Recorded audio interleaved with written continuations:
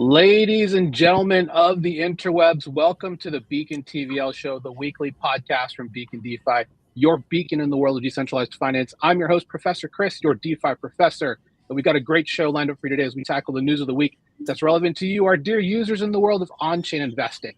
Today on the show, we have our rotating panelist from our partners at BitTensor Subnet number 8, the proprietary trading network from Taoshi English Financial.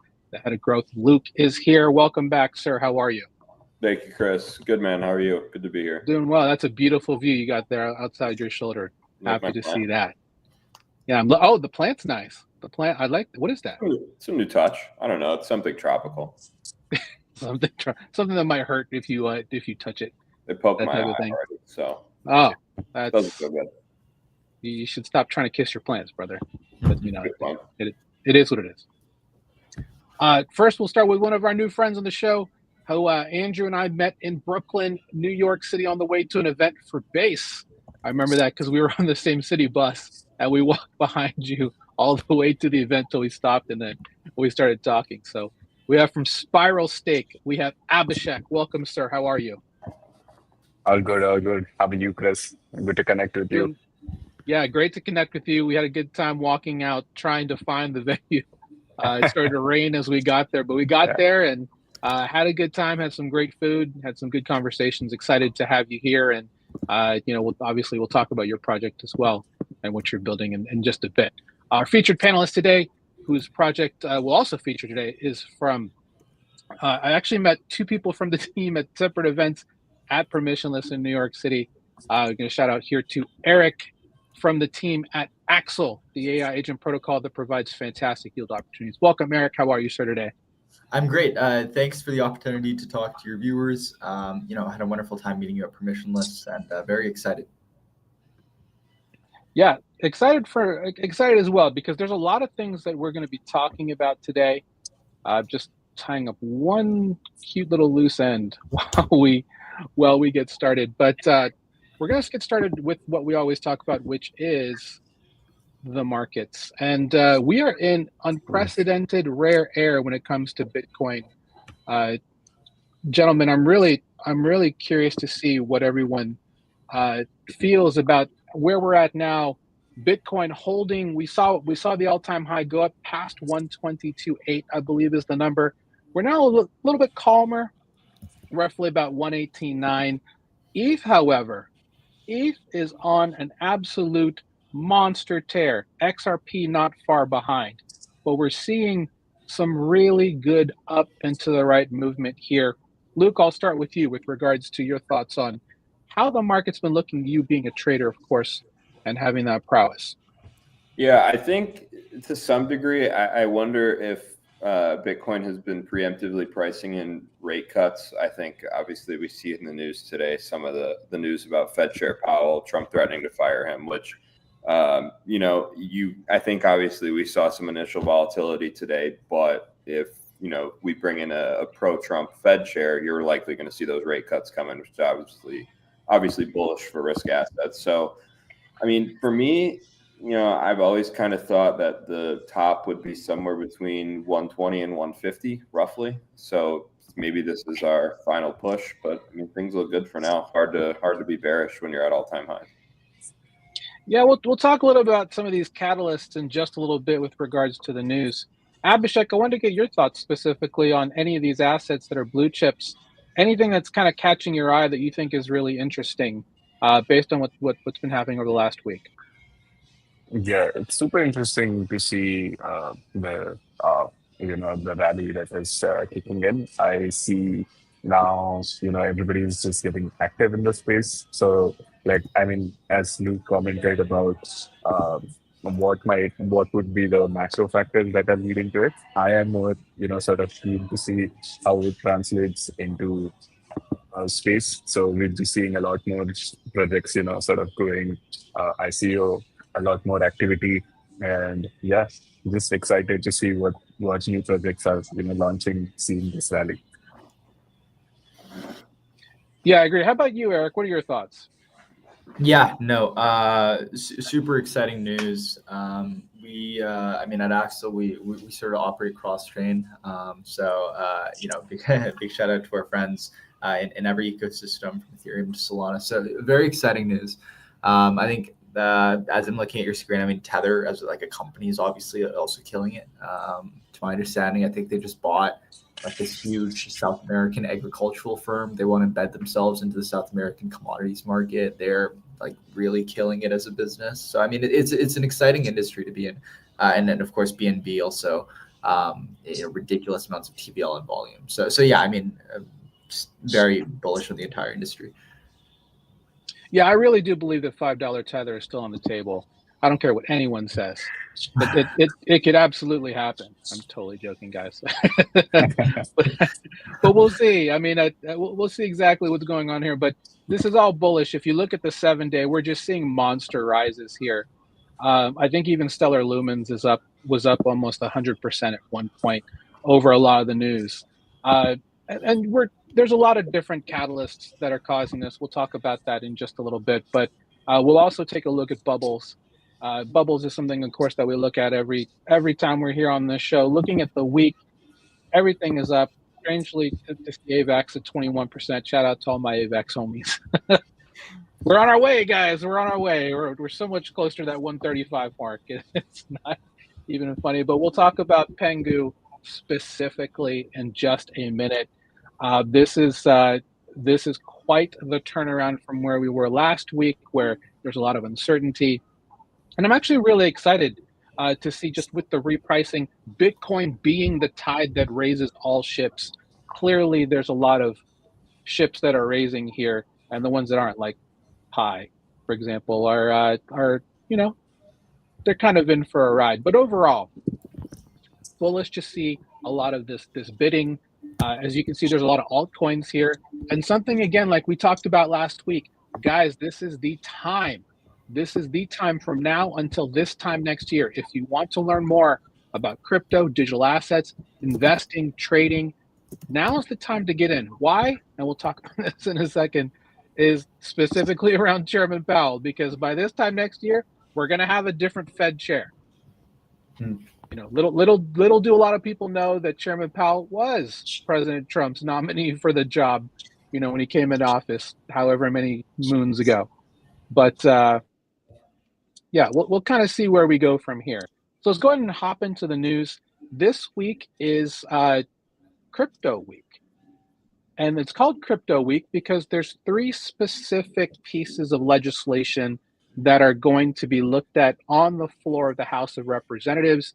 And most likely, the idea is that they will most likely be passed pretty quickly. The first is the Clarity Act, probably the most important act with regards to our industry specifically, because it actually redefines some market structure, some oversight, along with some digital asset investor rights.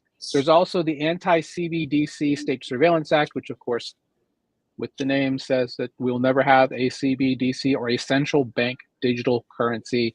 And it depends on where you are in the world. CBDCs are something that may be good for you. We don't care for them because we just like regular stable coins. And then the Genius Act, which as part of the parts of the Stable Act that are also coming through, is a overall financial regulatory framework for stable coins and related digital assets here in the US. Well, they went to a vote yesterday and it didn't pass to even talk about these 3 for this week, which bit of a bummer. It caused quite a dip of Circle and Coinbase yesterday based off of that news. But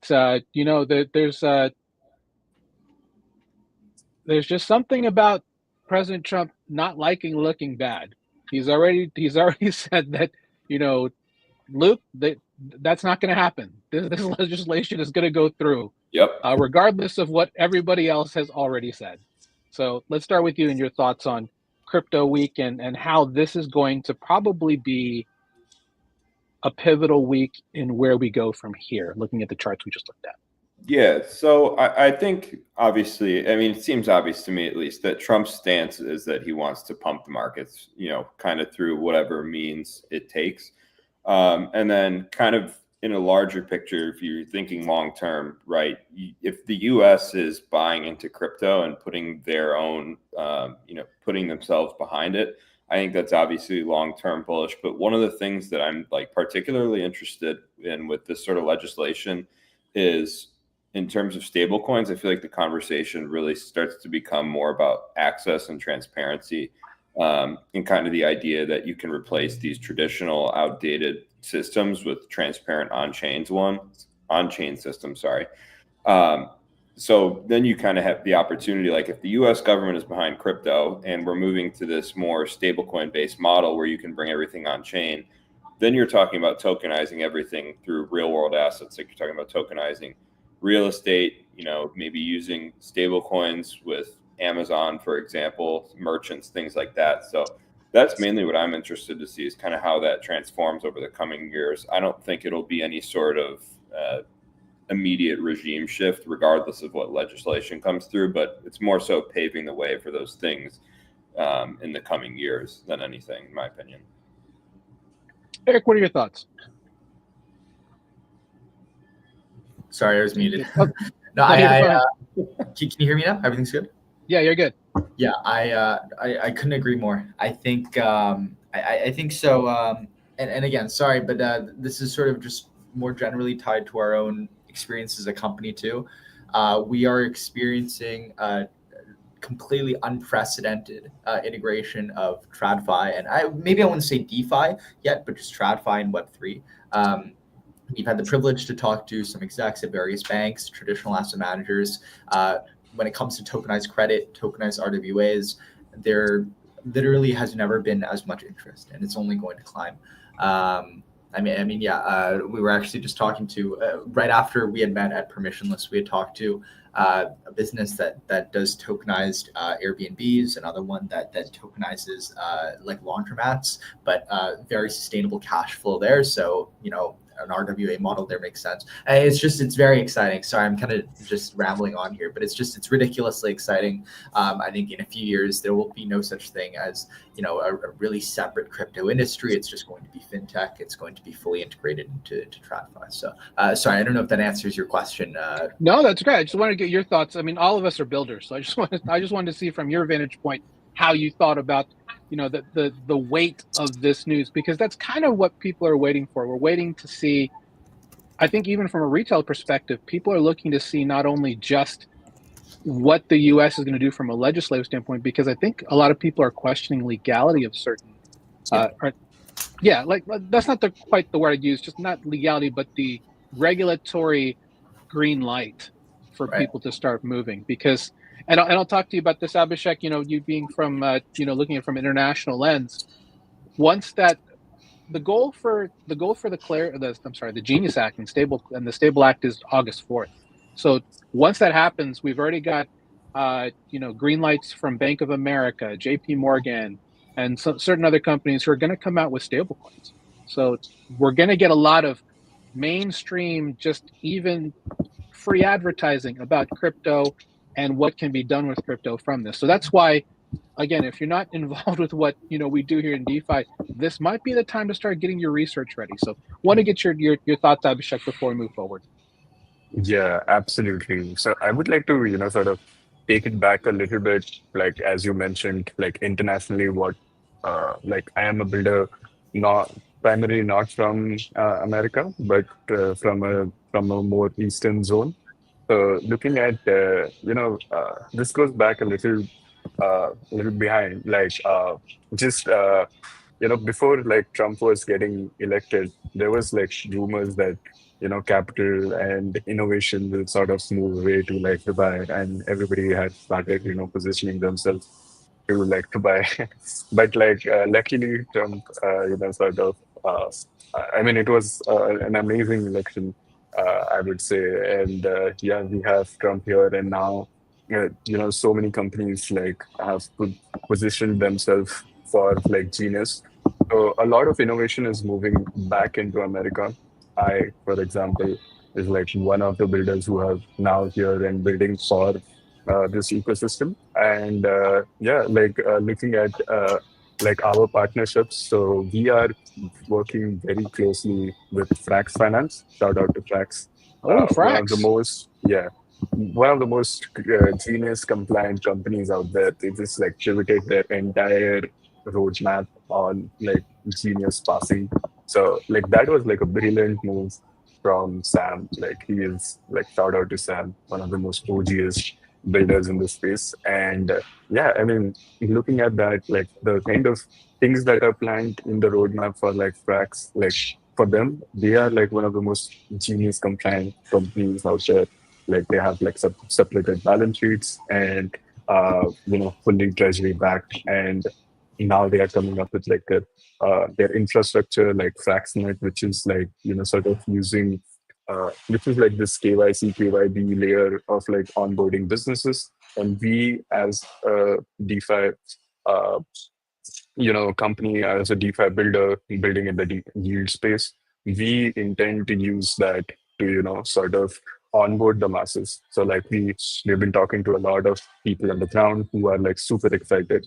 So our sweet spot is like somebody who's just bought like stablecoins, but don't know like using apart from like payments, what do they do with that? So like we are introducing yields as a primitive, as a DeFi primitive to them to sort of help them understand, okay, there is more to holding stablecoins than just like payments. So I mean, payment itself is like a new use case, but like for us, that is like something that we would let the circles, the facts, the tethers of the world solve, and we would like to be positioned as the next step that users look at in terms of like their stablecoin holdings. So yeah, I mean, super exciting times. We are like very pumped. There are a lot of partnerships that we are working with, like with Web2 payment giants. So yeah, very exciting times. Just looking for like, we'd be like super happy once this Genius Act get passed, and the guardrails are like open. There is like clarity. We're just like waiting to sort of get this deployment on. Yeah. Awesome, man. But so I did want to ask you one thing to kind of segue over, but have you talked to Pudgy Penguins? Budgeting regarding what? Just about, because ultimately over the last weekend, they became the force of culture. Oh yeah, absolutely, absolutely. It's kind of I funny mean, because like we can talk about legislation, but yeah, everyone wanted a Pudgy Penguin this past weekend. Look at all of these teams: yeah, Magic Eden, Kraken, yeah. Ledger, all these teams that decided to go ahead and just do a Pudgy Penguin. And shout out to Alex on Chain, right? He, I don't.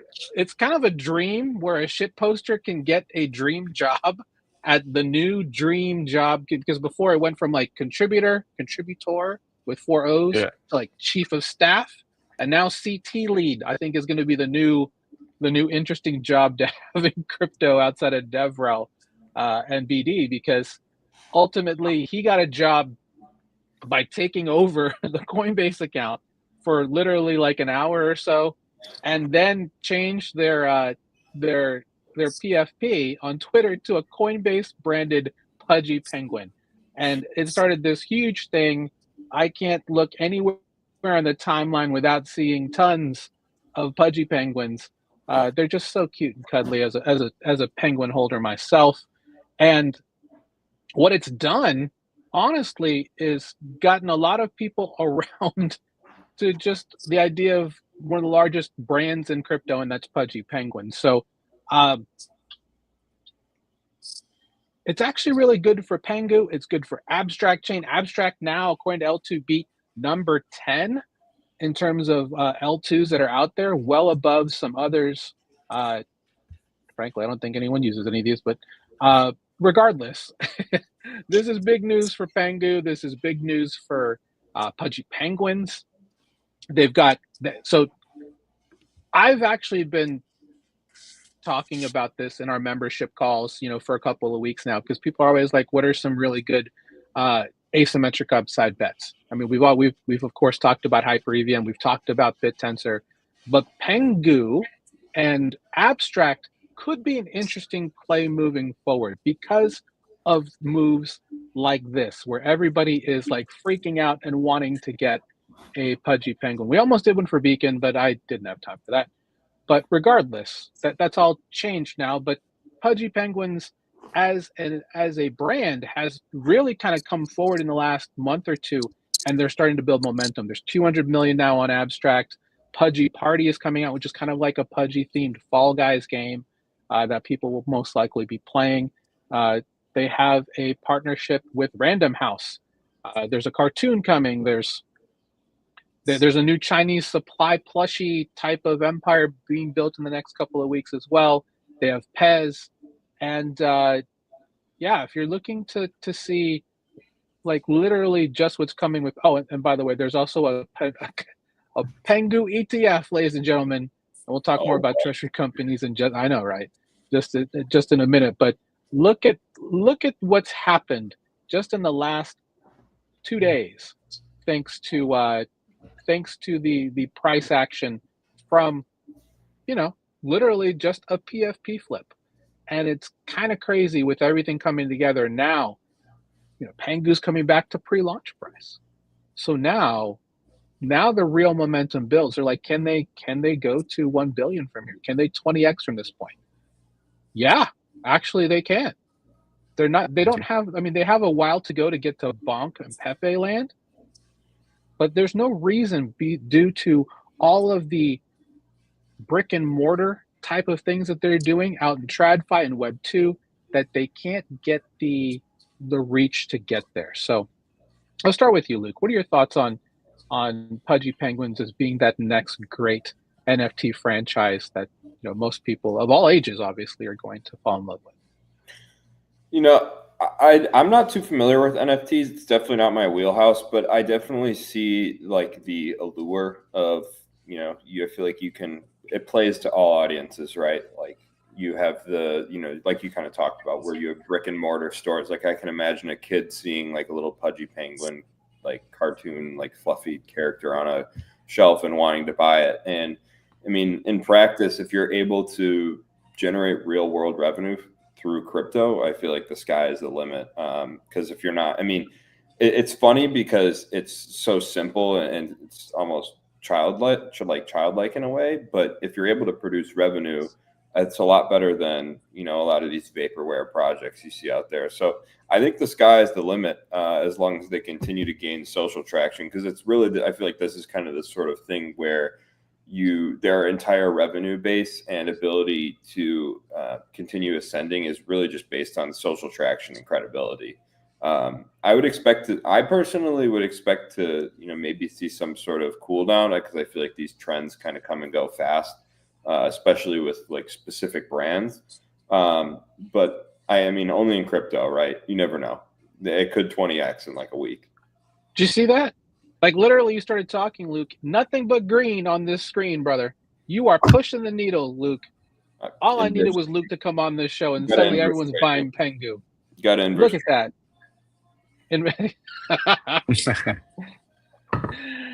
Eric, your thoughts as someone who builds yield strategies in this space. Pengu is one of those things, man. Especially on the Solana side. Sorry, I don't know too much, but yeah, Lucas seems like watched a bunch of his talks, like highly intelligent person. Yep. The rest of our team knows their team slightly well. So yeah, dude, nothing but support for them. Yeah, I know it's still flashing green, still, just nothing but green. But yeah, you hear this, Luca Nets? Yeah, no, but definitely very interesting opportunities for yield tied to NFT in the future. I think I just think people are becoming actually more and more receptive to stuff like this. Obviously, 2020 levels were astronomical, but I think we're starting to climb back up. So yeah, no, again, bullish on pretty much everything, NFTs included. So. Yeah, no, I think it's pretty amazing, and I know Abhishek, we kind of had we started with you on the segue into this just because you were talking about building and branding, and I didn't see. I don't know if Frax actually had a Pengu. If they did, I missed it. But yeah, I mean, I it's don't kind of think so. They interesting how did some of that. these things meme away. Yeah. I mean, like, this is more like Pengu is like the NFT and something. Pengu is like a movement where, in terms of like retail and institutions, we like to like branding is like very uh, tricky in these areas. Like if you're like focused on like crypto retail, then like most firms, most companies go ahead and with that Pengu, but like with like firms like Flax and the likes, they are more like institution focused. So I suppose that might be a skip for them. But for us, yeah, I literally was like talking to my marketing team yesterday about this, and we are also planning to do that. So yeah, it's super Love it. exciting. Yeah. And just to give everybody some ideas, yes, it's up on Pudgy Penguins themselves with a floor of nearly 15 ETH. That Wow. is not cheap, ladies and gentlemen. Yes. It's amazing that Luca Netz, who's the founder and head of Igloo Inc., came in, took this and literally I wouldn't say CTO, but rehabilitated the brand, got the plushies into Walmart, and now they are just on their way. I mean, it is hard to bet against the Penguins at this point. They're easy to find, they're easy to see, they're very distinguishable. Even just this past week to see buyers, up 66% on this, driving the floor higher. For those of you who don't know much about NFTs, the floor price is the lowest price of any listed NFT that's available in the collection. So anyone can come and list their Pudgy Penguin for a particular price. Yes, NFTs are illiquid. They are still tokens, by the way. So the difference is that they just have a graphic tied to the actual token in the metadata. So ultimately, these are illiquid because they don't have value until somebody actually buys them, much like a baseball card or any other collectible that you have. That's why RWAs are in place for things like cigars and wines and watches and stuff like that. Are Pudgy Penguins on that same level? You kind of would have to argue yes at this point, because the real world value of these things is rising. And when you buy one of their products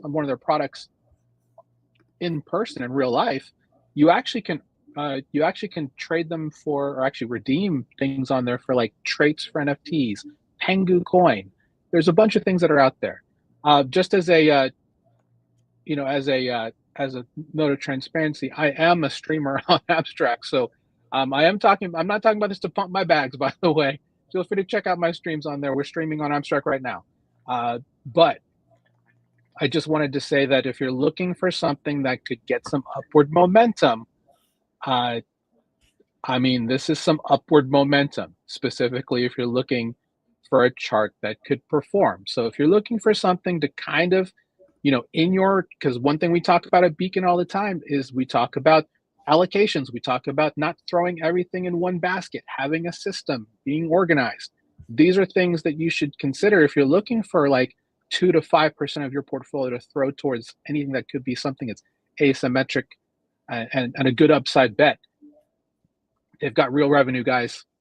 And that's what people are looking for right now. And they have their own blockchain that's getting bigger and bigger as the day goes by. So I'm excited to see DeFi on Abstract start to grow. It's mainly just GameFi and NFTs right now and meme coins, but they're having a perp dex coming soon, I think through Newt, and there's a couple other projects that are going to be building soon. So I would definitely say if you're looking for something that is one to look out for, that's going to be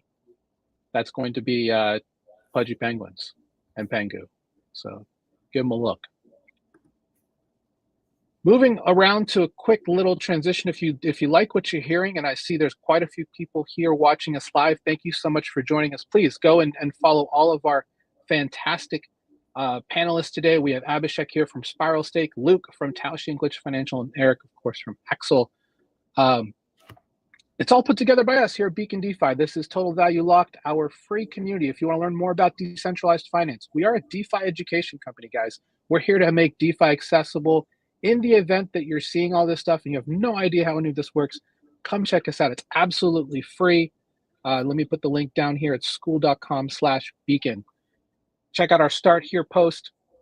Get a message from myself and Andrew, our co-founder, and learn more about our paths. We have a lot of free content that's available, and we also have our Beacon challenge right now that's available for anyone who wants to learn to try and get their first DeFi dollar in 48 hours. If you have everything already set up and you want to get there, feel free to check it out. I actually do have a little banner. I'm going to cover your face, unfortunately, Eric. It's beacondefi.io/challenge. If you want to take the challenge, earn your first dollar in DeFi within 40 hours, please check us out. So again, school.com/beacon, absolutely free to join, learn from the best in the business, and join the many, many other people who are here and, finding great stuff, finding great opportunities here in DeFi. It's very important. We believe that DeFi education is very important, and everyone we've worked with definitely believes in the same. So again, school.com/beacon. I know that Luke, you wanted to talk about this, so it's funny because when you refresh this article, it changes. It went from multiple people saying that he's going to fire Chairman Powell to now highly unlikely. First off, guys, he can't fire Chairman Powell. He's going to need a Supreme Court decision in a very interesting way, interpreted to a point where he could even get a sniff of it, but he's not going to do it. His term is up in less than 10 months. So I don't really know what the whole point is at this moment. Anyway, I know you had some thoughts on this, Luke. I'll go ahead and let you wax on them, sir. Yeah, I kind of touched on it a little earlier, but I mean, I think we kind of saw the initial reaction today, right? I think now that we see the turnaround 20 minutes later after the headline breaks, where Trump says to the media that it's highly unlikely, it's just funny. It feels a little bit like the Trump casino in a way, I guess, for lack of a better term, in these markets. Like I said earlier, I mean, I think that if you're going to take the angle of a replacement would probably result in interest rate cuts, then you're probably thinking bullish. I think that if there's no change, I think we remain neutral. Nothing really happens. But does anything ever really happen? I don't know. So we'll see. It just cracks me up. It's funny. Today's been a funny day in the markets. Yeah, definitely. I think the word would be funny would be the word that I'd use. It's a bit of a circus. Yeah, that's a good way to, because most people who know how everything works knows that this just isn't going to happen, and it's really just unfortunate. Well, maybe you know what?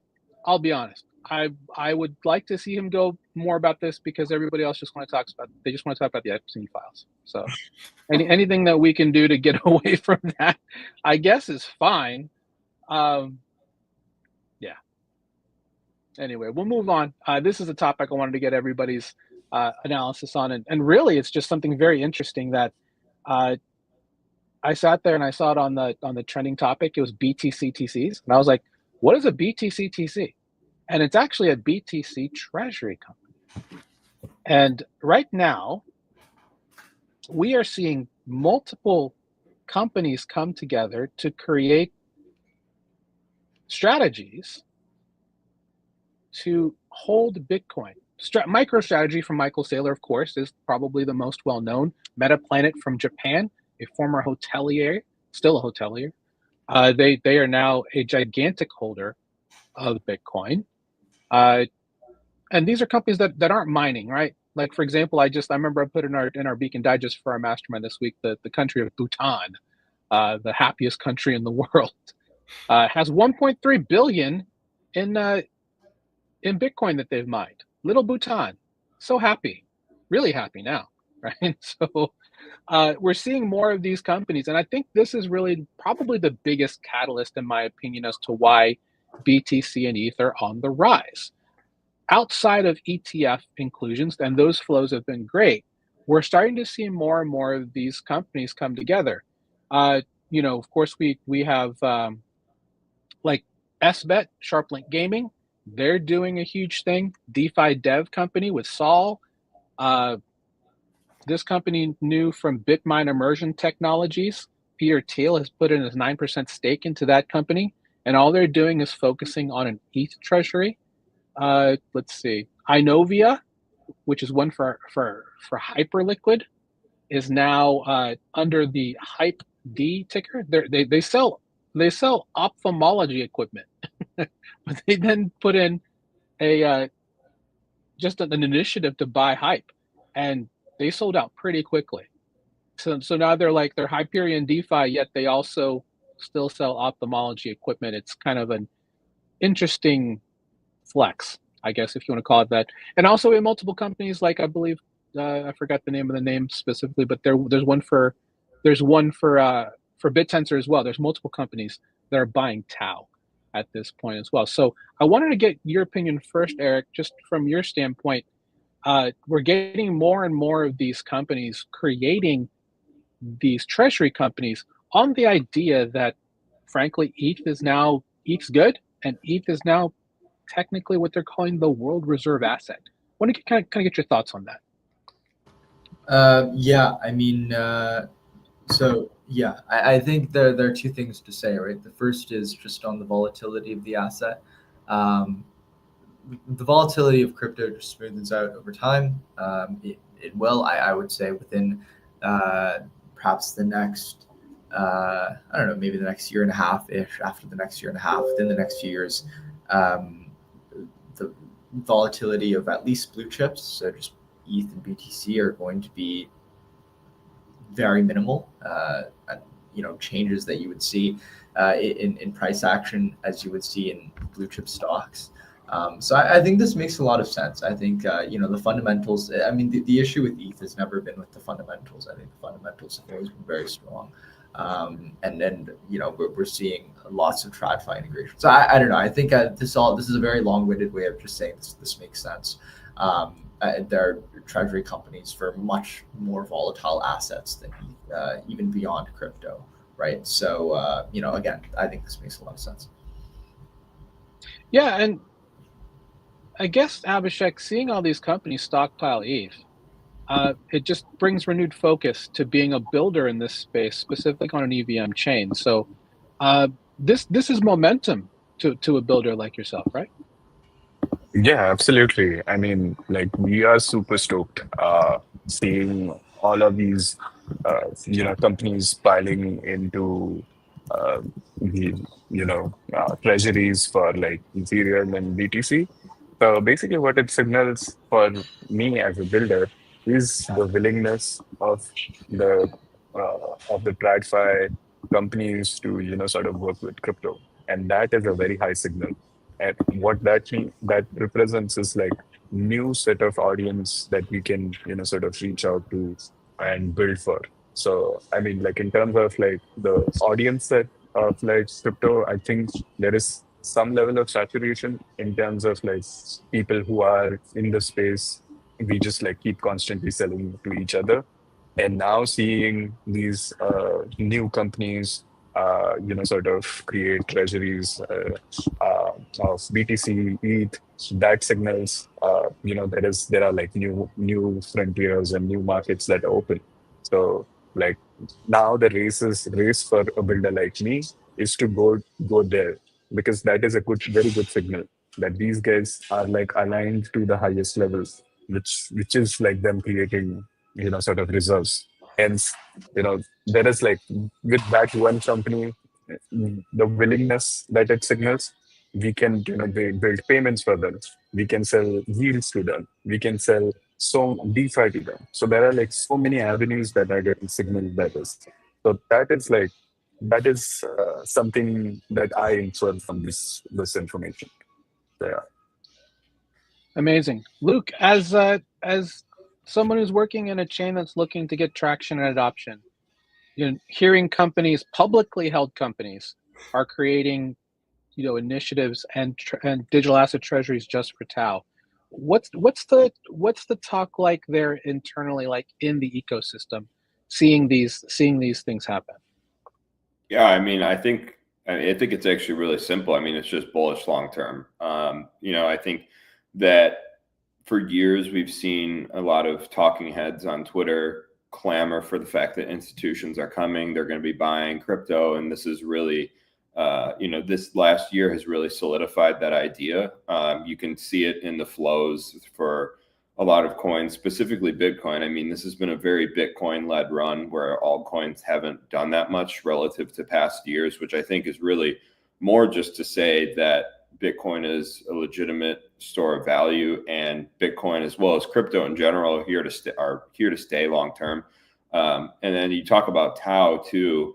I think you're starting to see kind of a mindset shift within the space that we need to, kind of move away from a lot of the vaporware and hype and speculation and kind of work towards building these valuable commodities, which is obviously something we're trying to do through BitTensor, as well as the other 127 subnets outside of us. And that's the signal to me, at least, that, change is coming. There's stigma is being reduced, and crypto is becoming a more legitimate industry. There's real potential here for long-term growth, and, maybe a replacement to kind of your traditional index fund in terms of holding Bitcoin. And then if you're speculating on altcoins, maybe you can find the next big thing in terms of like a commodity. You look at, I guess the way I kind of look at it is like, Bitcoin is that index fund replacement. And then, your altcoins that are, trying to build legitimate products are more of these speculative bets on like a company themselves. Like, I mean, when I look at BitTensor, it's really 128 companies trying to build their own unique commodity under that one umbrella of Tau. So long-term bullish. I think this is the more legitimacy we can add to crypto, the better, because that's been the main barrier, in my opinion, for years, is people don't understand it and they don't think it's real. Yep, I agree.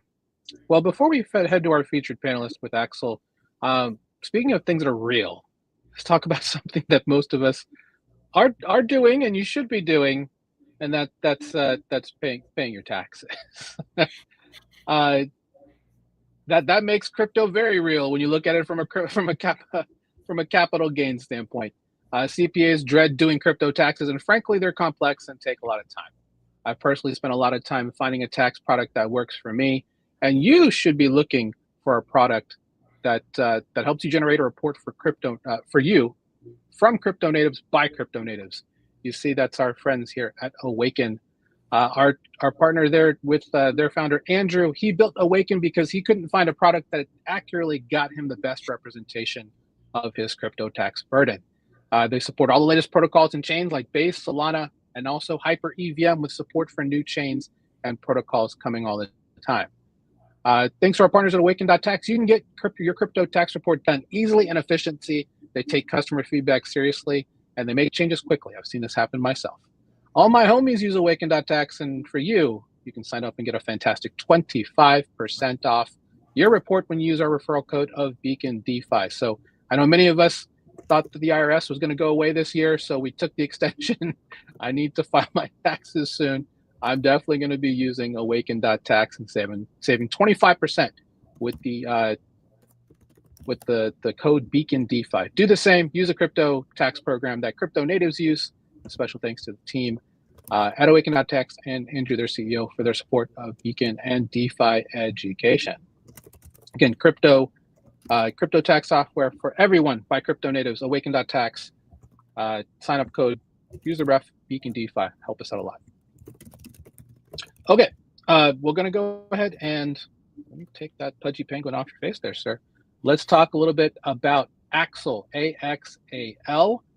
Really excited to get into kind of what you do here at Axal, Eric, because I do love the website. The visuals are great, verifiable agents for any task. And when I went to go check on the join button, I was taken to this screen. Never mind, I was not taken to that screen. The one thing that really caught my attention is the fact that you guys are doing yield optimizations for multiple blockchains. And you'll have to excuse there we go. The fact that you not only had Hyper.fi, but also Camino and a seamless vault from Morpho. That this is all really, really interesting stuff. So let's go ahead and get into that real quick. And thanks for being our featured panelist today. No, of course, it's an honor. Yeah, I can give a bit of an introduction on our product and our company, and then the website. So yeah, no, you're right. We build agents for yield. In other words, we automate yield farming. We think, I mean, we most of us were traders.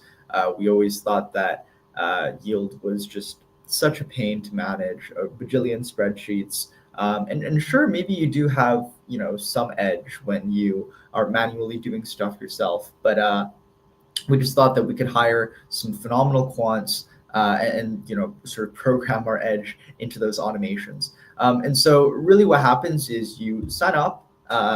We spin up a new privy wallet for every new user inside a TE. We just hired a phenomenal cryptographer to do that for us. And so we can effectively shift funds within your wallet between different pools, right? But we can never rug you, right? Like this is a non-custodial product. We don't hold your funds. We can never take your funds out of your wallet because of that TE execution. So yeah, you sign up, and then as you can see, there's a wheel, and there are 3 risk tranches: a conservative tranche, a balanced tranche, and an aggressive tranche. Conservative gets you around 6 to 9% APY. That's primarily for Web 2, Web 2.5 fintechs and neobanks and institutions, and then 10 to 20% for balance, and then 20+% for aggressive.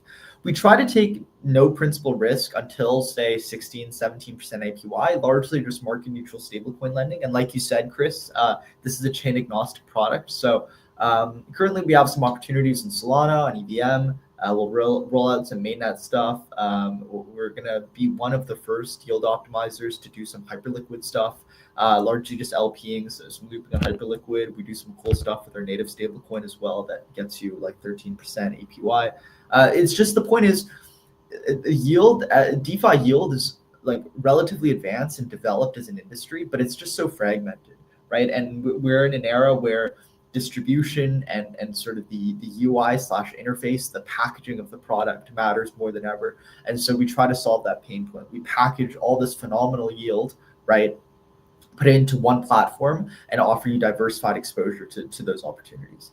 I mean, of course, we don't just choose every yield opportunity, but I will say that the opportunities that you see here under strategies is a non-exhaustive list. So we do have some more opportunities here. And we're not fully live, which is why this is not a very comprehensive list. And Aave, we actually just phased out Aave because the APY there is a bit too low. But yeah, no, the point is we think that we can cater to a wide swath of consumers. We're going to be a B2C business, but eventually B2B. We can cater to people that are relatively newer to crypto. Perhaps we can serve as the primary on-ramp to yield, which is why we go for some of the more I wouldn't say traditional, but I guess more blue chip, higher TVL, sort of morpho pools that get you 7 to 8%. And then, the Camino pool, you take some principal risk that gets you around, 15%. And that caters to, I guess, people that are more fluent in the industry. And then you get some of the more degens, and we can get you, 30% off of some looping and some leverage trades. So yeah, again, we just thought this product was quite interesting. Yield as an industry is highly competitive, but we think that so long as the product is just phenomenal, i.e., literally instantaneous rebalancing cross-chain, a diversified sort of, I guess, choice of APY rather than a static APY, which is what a lot of our competitors offer. Having the best UI possible in crypto. All that I think could allow us to tap into a pretty wide consumer base. Sorry, I rambled on a bit there, but if you have any questions, feel free to ask. No, this is great. I wanted to point out for a lot of people that the key to this is, at least for a lot of people in our community, we're always looking for a product that gives us more time to do other things. Yes. There is something to be said for convenience, which is why, Beefy, one of our longest friends in the space, is one we always recommend. But it's also about being hands-off, because ultimately there are 2 things that are time killers in this space: spending time trying to harvest and farm, and B, doing research. And Yes. essentially what Axal has done here is trying to cut that time in half, at least, because they have multiple strategies. They're using multiple things behind the hood, using code-based agents to take care of this for you. And I think that's a really good intersection of what's here. What I want to also, mention to people is they may be kind of turned off by the idea that these rates are too low.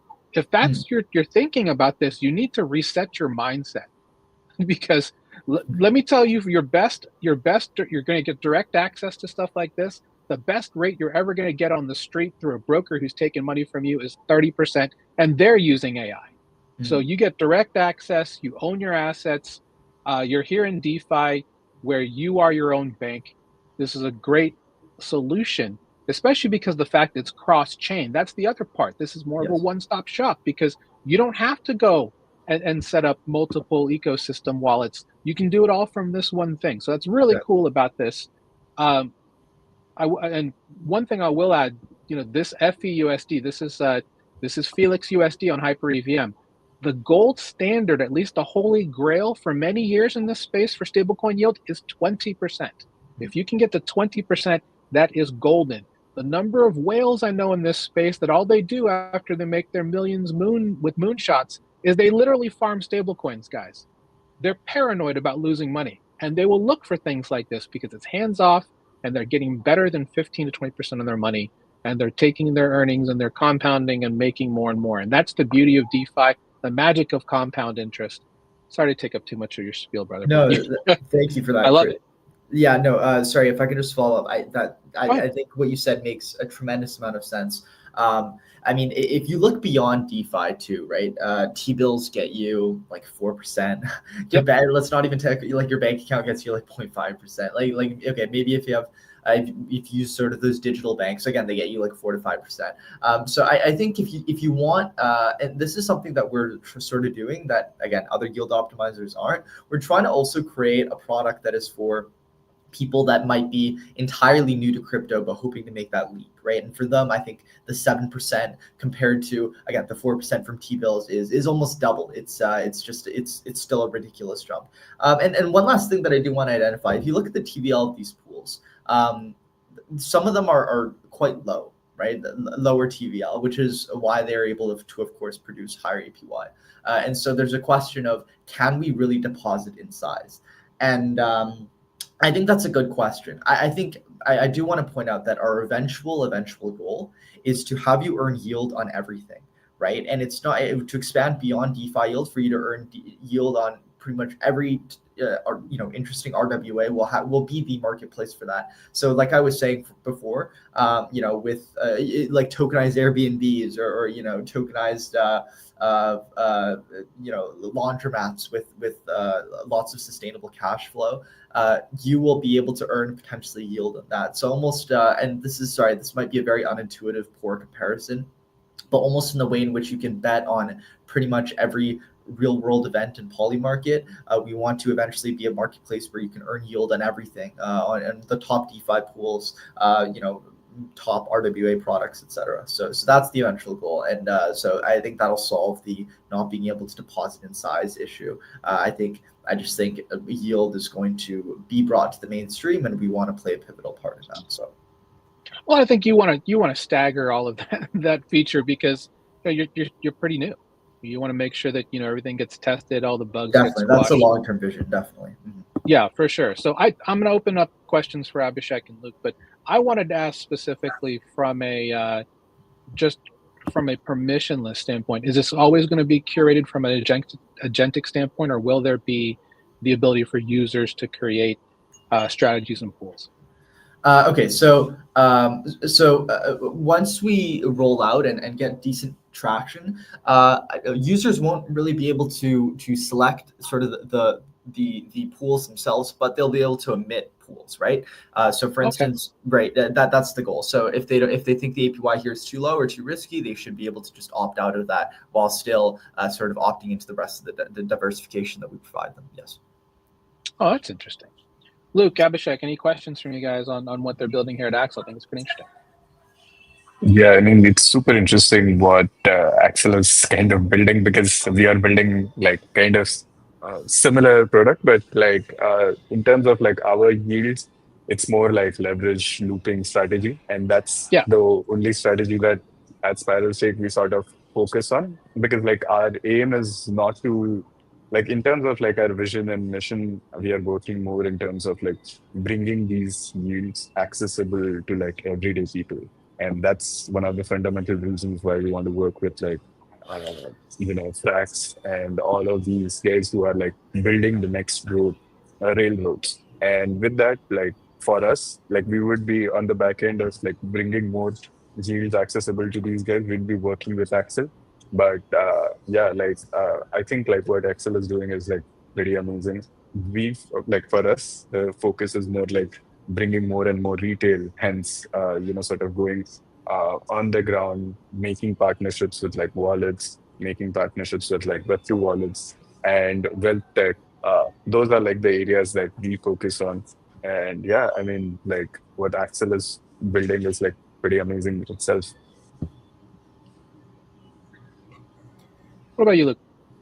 Yeah, no questions for me, man. I think it's really cool. I'm not super familiar with yield farming. It's definitely not my domain. But I was playing around with the calculator on the website, and I think stuff like that is super powerful, man. People forget how powerful like compounding interest is and what that can do for you and your portfolio. So I mean, if you're able to identify a strategy that is able to consistently compound your capital, which sounds just like Axel's able to do, I mean, that's obviously something you want to be allocated to. So awesome product.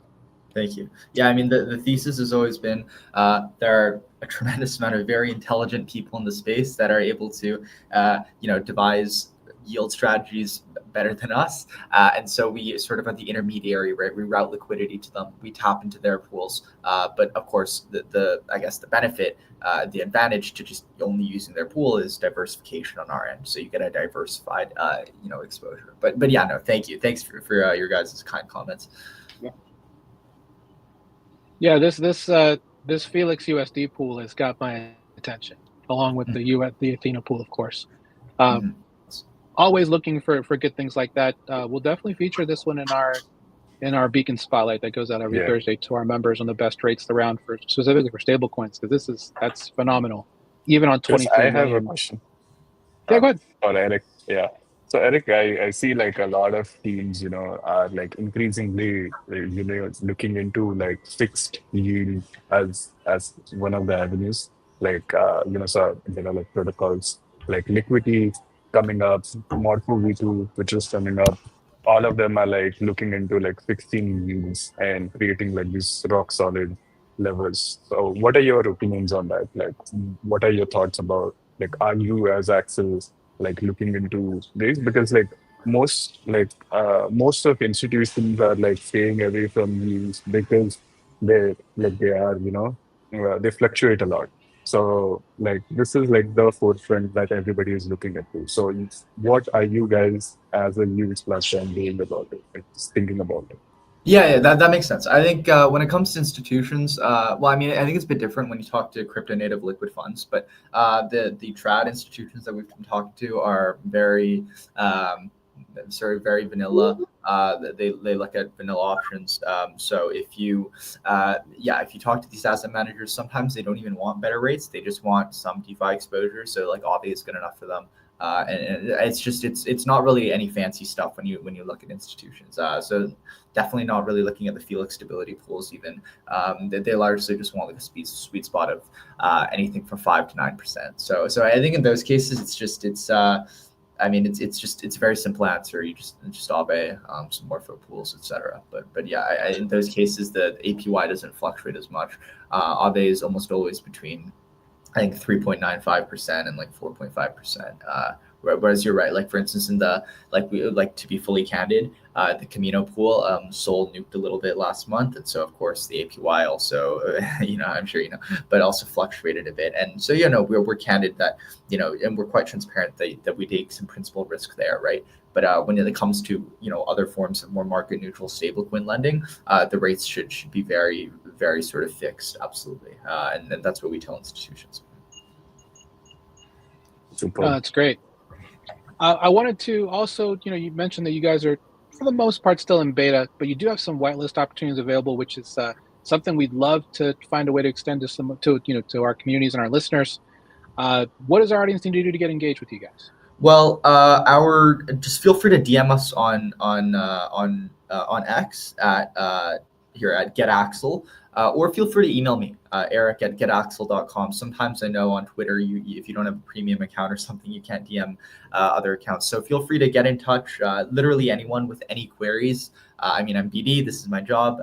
Responding to the community, getting in touch with the community. So Eric at getaxal.com is my email, and at GetAxal is our X account. And then if you get in touch with us, we can get you on our whitelist. We can. Speaking of which, actually, our first few months we make no money, right? So I think I told you this, Chris. Our first few months we return literally every dollar of our fees back to whitelist users in the form of boosted APY, in the form of maybe we'll do like a little gamification thing where if you deposit a certain amount, or you sort of invest a certain amount, then you'll just unlock USDC along the way. So for instance, say we're still eking this out, but say you deposit again, these are sample numbers. Say you deposit, I don't know, 2,000 USDC, you'll get like a little $30 USDC unlock, something like that, right? So we're returning literally all the money we make from fees our first few months back to whitelist users. So if you ever want to get on the whitelist, earn a ton of points. We don't have a token, but that's we're open to exploring that in the future, not anytime soon. So points, again, boosted APY, airdrops, because, and sorry, I know I'm sort of talking a lot here, but also because you get direct exposure to those pools, any airdrops or rewards that you would have otherwise sort of accumulated just from farming those pools are still accumulated to your account, right? For all of that, feel free to get in touch. We'll get you on the whitelist, and we'll be live soon. We'll be live in a couple of weeks, and we are fully revamping the UI. So this is sort of a pretty bare bones UI. By the time we're live, it'll look a lot cleaner too. Yeah, hoping we can work together on creating some guides to help people get onboarded onto Axal. Really great stuff. Thanks for joining us today, Eric, and good to see you again. And thanks for introducing Axal to our community. I think there's going to be a lot of people that are will be very interested in what you guys are definitely going to be doing over the next couple of months. Yeah, please do get in touch. Yeah. Yes, absolutely. Thanks for being here. Abhishek, Spiral Stake, man. Tell me a little bit more. Tell the people how they can find you. Awesome. So like in terms of like Spiral Stake, what we are trying to do here is like create like get users stablecoin yields. So that is like our core area of focus. And in terms of like doing that, we are just running one strategy, and that is the strategy that we are like fully convinced on. And that strategy is like leverage looping your stablecoins. So for example, like if you hold, let's say, stake USDE, Ethena, so we'll just sort of take this strategies, we'll buy pendle PTs of this strategy. So and then deposit that into like a Morpho pool, and do it all over again. Like borrow liquidity from Morpho, do it all over again. And why are like we so adamant on using this strategy? And it's like an age-old strategy. Why are we doing it again now? So in terms of like doing it now, I feel there are like, in terms of like looping, there are like two primary risks that people usually run. One is like the asset volatility risk, and second is the change in the APR risk. So we have been able to sort of mute both the risks. One is the asset volatility risk by leveraging stablecoins in this case, and the APR risk by sort of fixing the yield from like the lending yield from the with the pendle PT tokens, and then on the other end we will be fixing it with the borrowing rate. Currently it's fluctuating, but like we're fixing it with like Morpho V2, and then in the future we will be leveraging we'll be rolling out like our own CDP stablecoin, and that would be sort of used to fix the borrow rate. So essentially creating these indestructible levels. So that's what we are working towards, and currently it's like pretty simple to use. You can just open the app, and even if you're like holding like USDC, you can go on base. So it's like on base, and just deposit your USDC, and you will be able to earn like results, PT result. So yeah, That's Resolve at 25%. yeah. That's some yield there. That's a delta Yeah. neutral stable coin. Yeah. So exactly. So I mean, like for now, we are like using algorithmic stablecoins, but like Love it. once we have With Frax as well, right? That some, makes sense. yeah, exactly. So once Frax is actually, as we talk, the stablecoin act just passed. Like if you're like checking Twitter, it's like this 15 minutes ago it just passed. Oh, good. Very cool. Amazing. Yeah. Yeah. Presidential favors have come in. We're on our way. We're on Amazing. our way, gents. We're on our way. Yep. It's all live. Awesome. So yeah, I mean, like for us, it's this particular strategy that we are doubling down on, and like we don't want to offer not offer, but like do too many strategies and sort of confuse the retail. So basically, it's just like anybody can go in and sort of the Twitter needs to be revamped. So we still not live yet. I mean, launched yet. So we are just currently doing like a private beta. So yeah, we still have some time to launch there yet. Awesome. But well, thanks yeah. for joining us today. Appreciate you being here, brother. And thanks for the takes, man. Really appreciate to hear your takes on things. Excellent analysis, and looking forward to having you all back on soon. Brother Luke, Awesome. Glitch Financial, where are we at on progress, sir? Yeah, man, big day over here. Actually, today we just launched our, well, not new crypto model, but an updated crypto model. So chugging along there, just launched our first Forex model as well. So pretty excited about that. Just doing some a Forex model. I like that. Just doing some final testing there. Then we'll be sending out a massive wave of invites to our beta waitlist, and then from there, I mean, we're looking to exit beta here in the next coming months and open things up to the world. So right now we are working on becoming an RIA in the US so that we can support US clients. So that's on the radar, and yeah, things are coming along, man. I'm excited. Our crypto network model is up, I think, 2% or so today on 3x leverage. I don't know. It's having a good day. We just, like I said, we've been working on squashing a lot of bugs. There's a lot of technical elements that I can't really honestly speak to that we had to kind of work through. But now that those are all fixed and we have an updated model going, I mean, good performance today. So pretty excited to see continued results. I think, especially if the markets continue to trend well, could be in for a massive month. Love to see it, man. Thanks again for being here. Again, that's Luke from Taoshi and Glitch Financial, the proprietary trade network, BitTensor subnet number 8. We had Abhishek here from Spiral Stake, and we have Eric BD at Axal, our featured panelist from this week, verifiable agents for any task cross-chain yield farming. Really excited to get on the wait list and learn more about how I can get some of this juicy yield. Again, real quick, come and join us absolutely free here at school.com/beacon. We do this show every Wednesday, 1 p.m. Eastern. We've been doing it since December of 2021. Our goal is to educate you, our everyday user out there looking to find the best asymmetric upside, understand how news of the week affects your portfolio, and we're here to help you learn. So join us. Again, if you want to learn from the best in the business, school.com/beacon. Thanks so much to our panelists. We're going to have another great panel next week here. Again, thanks to everybody who's listening. If you're watching us on Abstract, if you're watching us on Retake.tv, Twitter, YouTube, and if you're listening to us on our podcast, this is also published as a podcast every week. Anywhere you can get your favorite podcast, you will find us there as well. Total Value Locked from Beacon DeFi. So thanks again to our guys for joining us. Stick around, guys, as we do the outro. And yeah, excited for this week now that stablecoin bill is on its way to the desk of the president, most likely, hopefully soon. Yeah, really excited. Another big thing, big base event this year. We didn't get a chance to talk about it, but base has a new day one starting, I think it's about 6 p.m. Eastern from Los Angeles. So going to be watching that with great interest, as Emperor Palpatine would say. And again, thanks for joining us, and hopefully had a great time. A lot of people tuned in. Thanks for bringing the villages, guys. We'll see you next week. Beacons up. Banks down. Take care, everybody. All right, guys, stick around for a second.